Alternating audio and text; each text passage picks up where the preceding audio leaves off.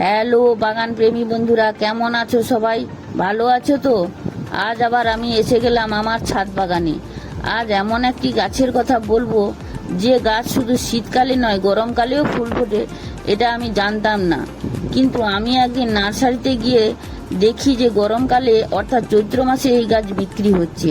আমি জিজ্ঞেস করতে বলল, এই চারা চৈত্র মাসে লাগালে গ্রীষ্ম, বর্ষা, শরৎকাল পর্যন্ত ফুল ফুটবে এবং গাছ যদি ভালো থাকে হেমন্তকাল পর্যন্ত ফুল পাওয়া যাবে। আমার তো বিশ্বাস ছিল না, কিন্তু আমি কয়েকটা চারা নিয়ে এসে লাগালাম। অবশেষে গাছগুলি বড় হয়ে উঠলো, কুড়িও ধরলো এবং অনেক ফুল ফুটলো। আমি তো অবাক হয়ে গেলাম, কারণ এতদিন আমি জানতাম যে এই গাছ শুধু শীতকালে ফুল ফোটে, কিন্তু এখন জানা গেল এই গাছে গরমকালেও ফুল ফোটে। শেখার বিষয়, এই গাছ প্রচণ্ড রোদে মাটি শুকনো অর্থাৎ ড্রাই হয়ে যায়, তাই এই গাছে সকাল সন্ধ্যা জল দিয়ে রাখতে হয় এবং সবসময় মাটি যেন ভেজা থাকে এবং শুকনো পাতা দিয়ে গাছের গোড়া মালচিং করে রাখতে হয়।